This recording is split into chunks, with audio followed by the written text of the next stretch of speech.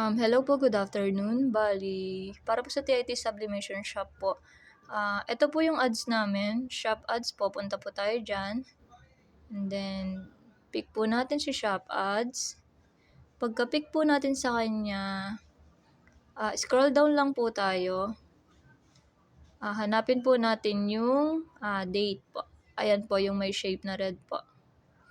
Yan po, and then, pick po natin siya.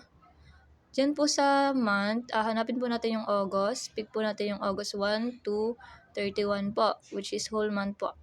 Lalabas na po dyan yung data na para po sa month na yan. And then, pick po natin dyan yung add expense po. Ayan po, yung may red shape po.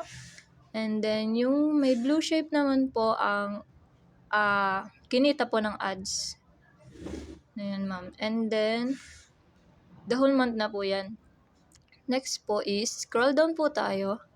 Pagka-scroll down po natin, andyan na po yung mga listing po namin na naka-ads po, which is yung customized, dry fit color, and dry fit shirt white po.